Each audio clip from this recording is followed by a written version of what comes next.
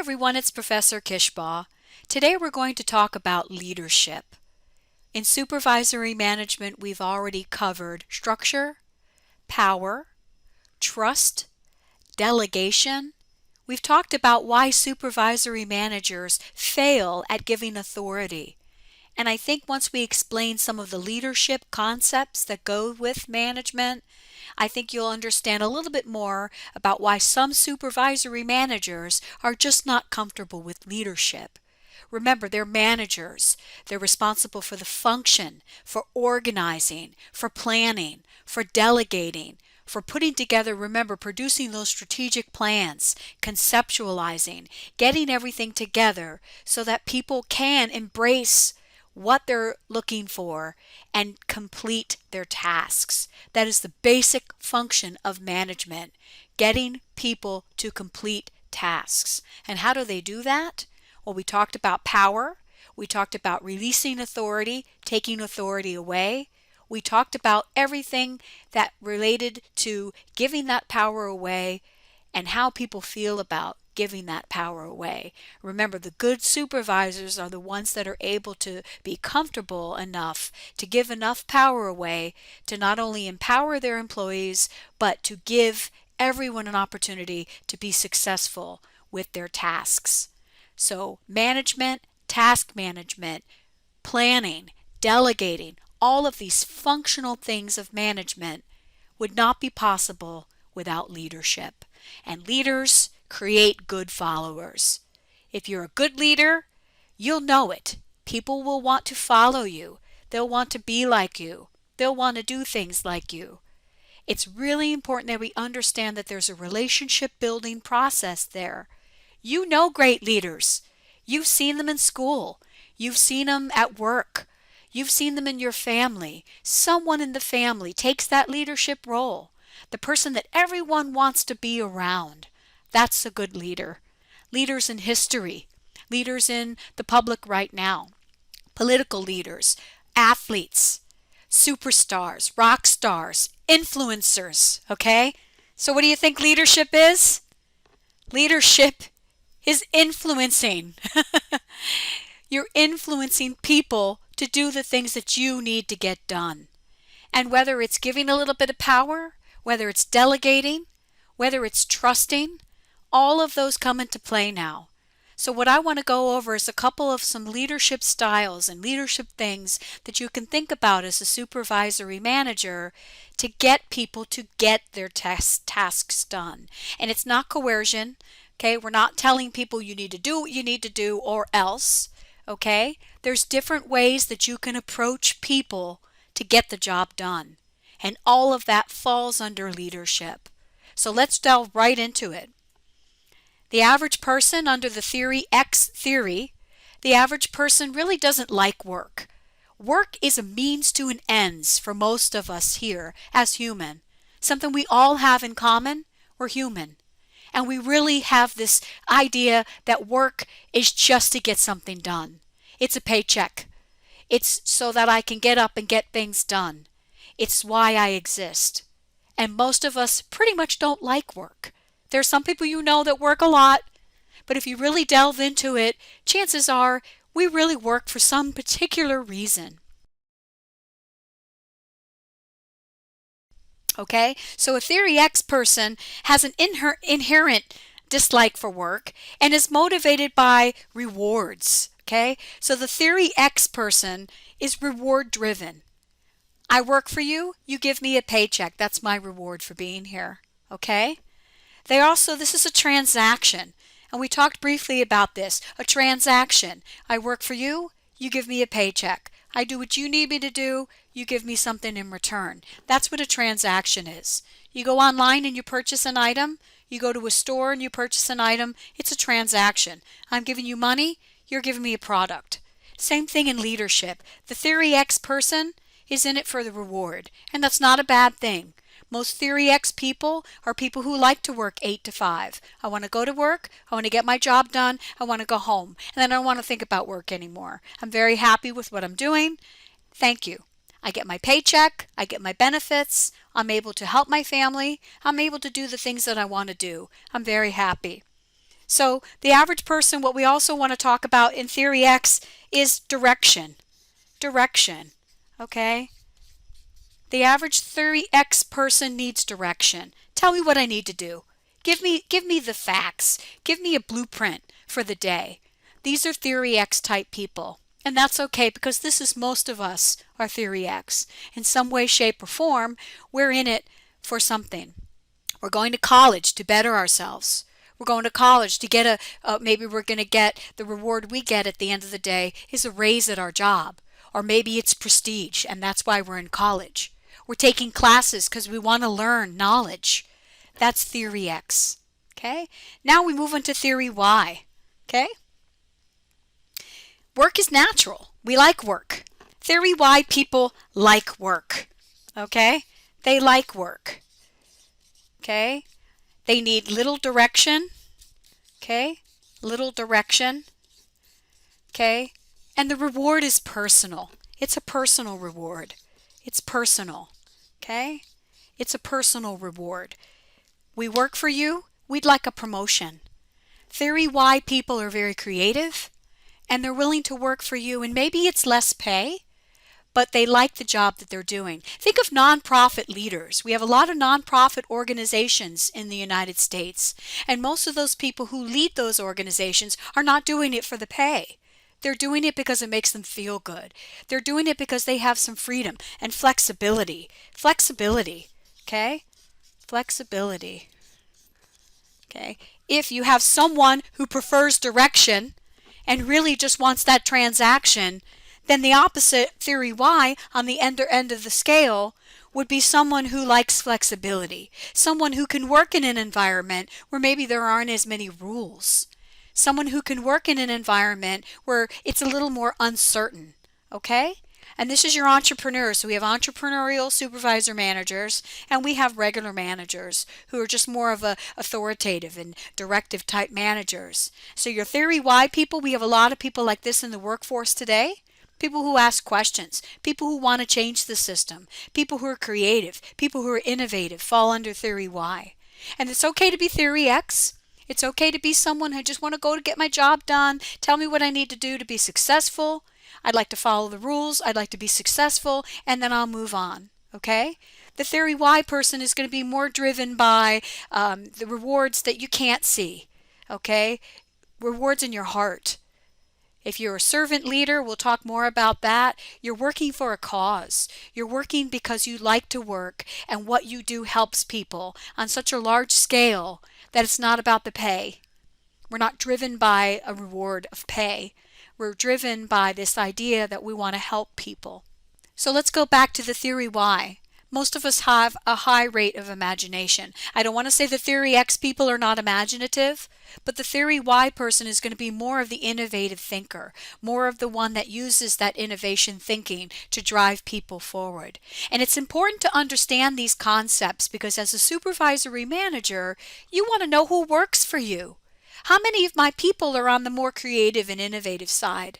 How many of my people just want to come to work, do the things they need to do, and move on? And maybe these are your people, the people that believe in the rules, the people who are more interested in a system that flows smoothly. Maybe these are your managers. Maybe these are the people you promote to help with delegation. Okay? Because delegating people in the Theory Y category is very difficult. If these people are creative and they're more flexible and they don't need as much direction, they might be able to get off track a little bit easier. So I think as a supervisory manager, you need employees that are both Theory X and Theory Y. The next thing I want to talk about is the leadership grid. This has also been referred to as the management model by Blake and Mouton. They put this model together to show managers where they fit on the scale of whether they take good care of their people or whether they're more concerned with production. So it would seem like it would be obvious that you would like a manager or leader who is a little bit of everything. They like people, but they also like production. But we'll talk about that because that's not the case. Many of us have worked for managers or leaders who just don't get us, okay? Maybe in a situation, it would be great to have a manager who is concerned about their people, but at the same time a very authoritative type person. Is that possible? But I want to tell you that for most of us, we have worked with what we called an impoverished manager. This is someone who has a low concern for people, and a low concern for production. These are not very good leaders. These are people who probably should not be in management. Unfortunately, we have worked for some people like that. They have a low concern for people and a low concern for productivity. They're impoverished. We've worked for a lot of these managers, okay? And on the other end of the scale, we've also worked for people who like you, but who care very little about production, okay? That's called the country club leader. Someone who's very, very happy. They're nice to people. They build good relationships. But in the end, they're really, really not concerned about the productivity of their organization. So that's not the greatest leader to work for also. We have a lot of these leaders in the hospitality business. There are a lot of leaders like this in the retail industry. People who want to be your friend. People who will motivate you by being your friend. But where does that stop and where does that end? Okay? Where do we look at the country club manager? They might be a great leader to get you motivated, but in the end, are they really looking at production? Okay? And on the other end of that scale, we have the authoritative leader. This is the person who has a very, very, very strict, high level of interest in the productivity. But if you can see, a very low interest in people. So they're way out in this quadrant, okay? Someone who has an authoritative type leadership style is going to be someone who really is concerned about the bottom line. We hear that a lot. My manager is only concerned about the bottom line, okay? We hear it very often in business, which means that their concern for people is very low. They want to get results, and they'll do anything they need to do to get results. And then we can have something called middle of the road managers. Middle of the road. And that's exactly what it is. A combination of a little bit of everything. Okay? And they fall right in the middle of the quadrant. They have a little bit of concern for people and a little bit of concern for production. They're kind of wishy-washy. Laissez-faire. Comme ci, comme ça. Okay? This corner I left empty because I want to tell you what you think. What do you think this might be? This is the coach. Okay? This is the coach, also referred to as the team. In your chart, in your textbook, it refers to it as the team. So it could be the team or the coaching leadership style. And look where that falls. They fall with a very high interest in people and a very high interest in productivity. Think of football coaches, basketball coaches, baseball coaches, tennis coaches. They all have a particular leadership style wherein they take care of their people, but they still have a very, very strict method of paying attention to productivity. That's where the supervisory manager needs to be. They need to be aware of what makes up the people that are working for them, and at the same time understand what the upper management wants from them as far as productivity. It's a great task. It is not for the faint of heart. Being a supervisory manager brings up all kinds of challenges. We talked about letting go of power or letting go of delegation and authority. It's very hard.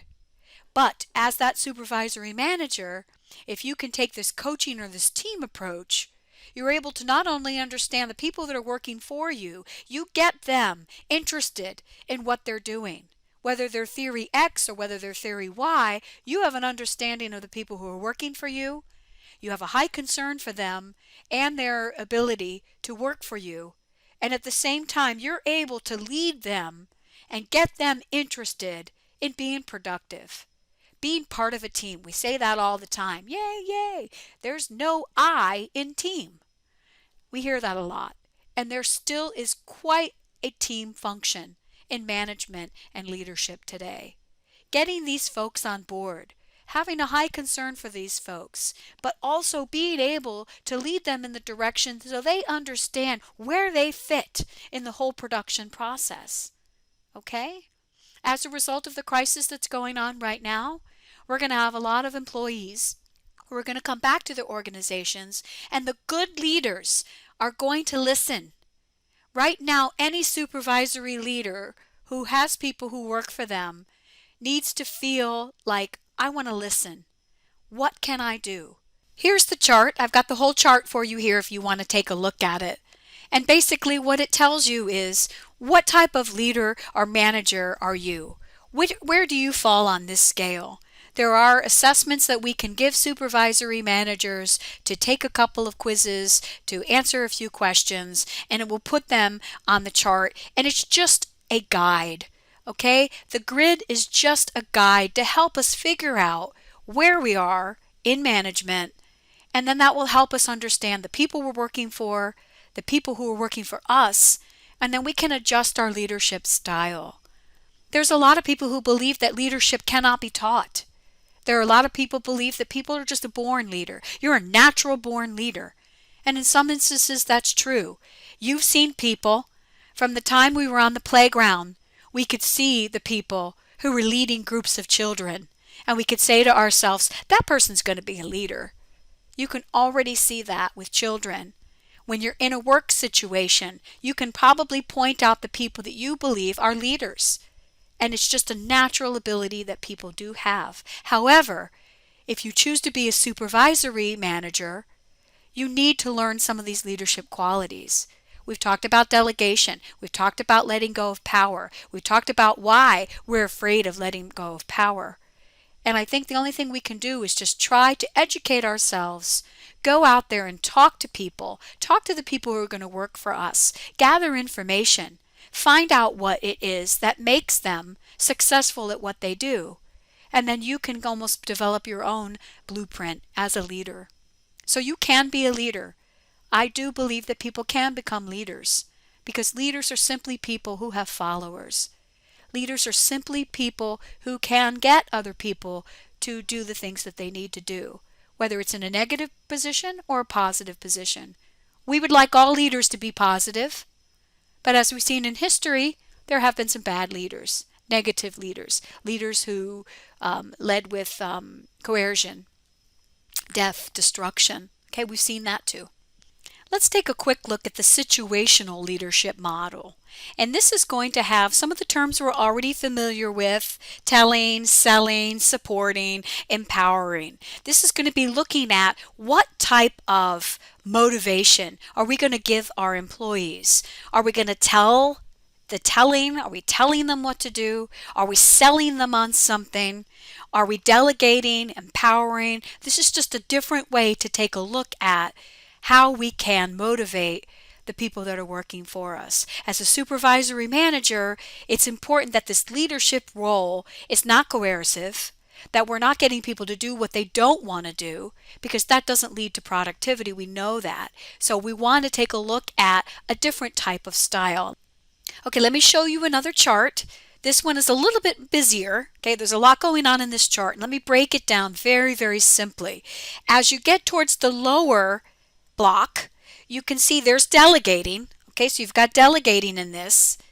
Okay, and if you look, delegating, you're building some relationships, but you're not really building good task behavior. Okay, if you're delegating to everyone all the time, then what you're doing is just pushing on the work, and people just can get very frustrated when you continue to delegate and not give any flexibility or freedom. If you look over here in the telling part, that's where it's a very high task behavior. We're telling you exactly what to do. Remember, that's like the directive approach. It's a good way to move the tasks forward, but you can tell you're not building relationships. It puts you in a lower quadrant where you're not building relationships. You're more, again, interested in getting the task done than you are in taking care of your people. So it's a very similar type as the management grid, as the leadership grid, but in a different way. Okay? And then over in the participating, this would be encouraging your people to participate, but necessarily not always getting the tasks done the most efficient way. So again, in the upper right-hand quadrant, this idea of selling is building relationships and getting the work done. Very similar to our coaching and team approach. And you'll see this a lot if you know Mary Kay Cosmetics or Avon or Shackley or Amway. These are products that are sold through a selling project that we call direct selling, or we call it like the pyramid scheme. You've heard of that before. This is where people are working together as a team to sell products. So if you think of it from a selling point of view, where we have you on board as a team and we're going to sell to you as opposed to telling you what to do and as opposed to just directing you in the wrong direction. We're going to sell to you. We're going to include you in our relationship circle. We want to get to know you. We want to get to know things about you. And at the same time, we're going to give you the tools that you need to be productive. Okay? These days in marketing, we stress the importance of building relationships with our customers. Get to know your customer. Get to know the things that they're doing. Get to know the things that motivate them to buy your product.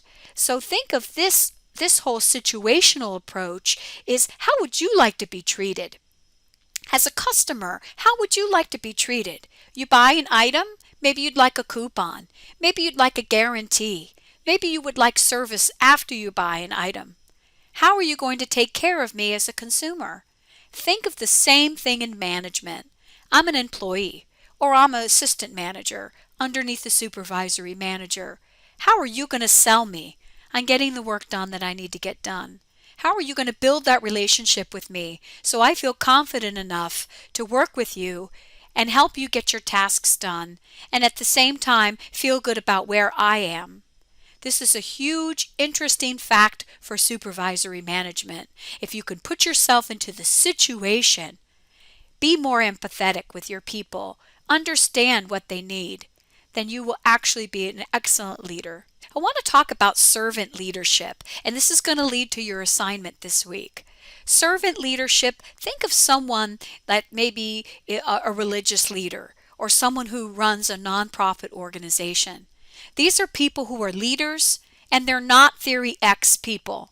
They are not interested in the paycheck. Many nonprofit leaders don't even make as much money as some of their CEO counterparts, okay? People who are in religious careers, they don't make a lot of money. They're not in it for the money reward. They're in it because they like working with people. They like giving a part of themselves to people, and that's how they operate. Okay, we call it altruistic.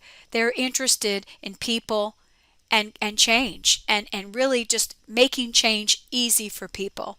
Okay, collaboration and team building.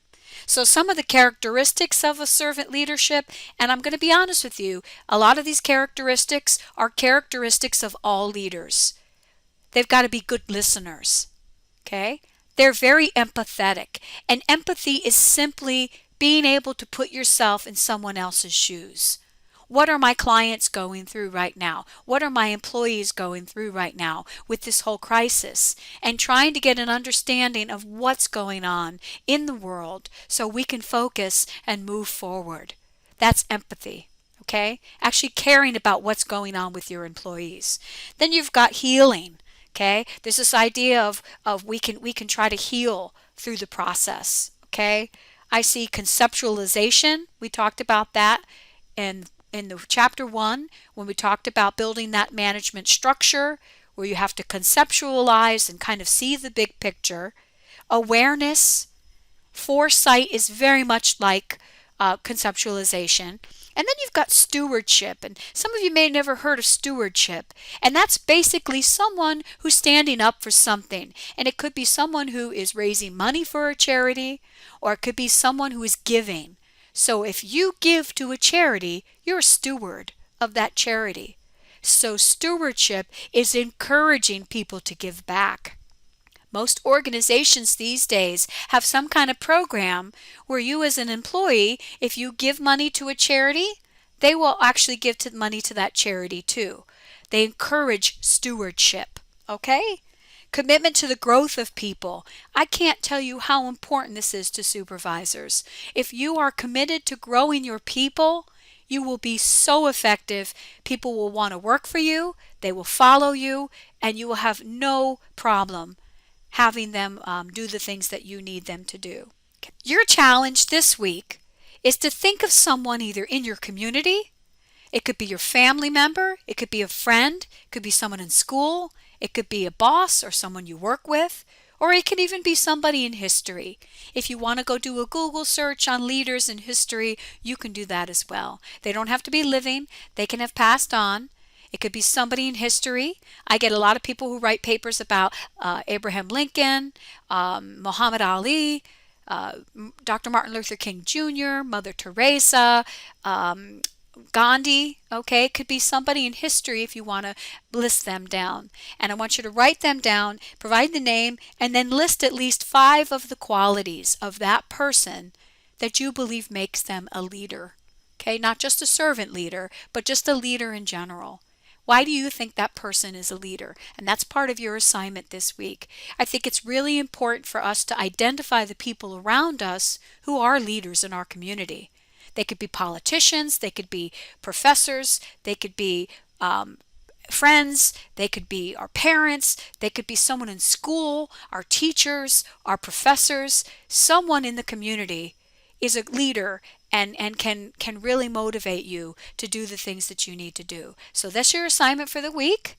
I'll go ahead and post this, and thank you very much. If you have any questions, let me know.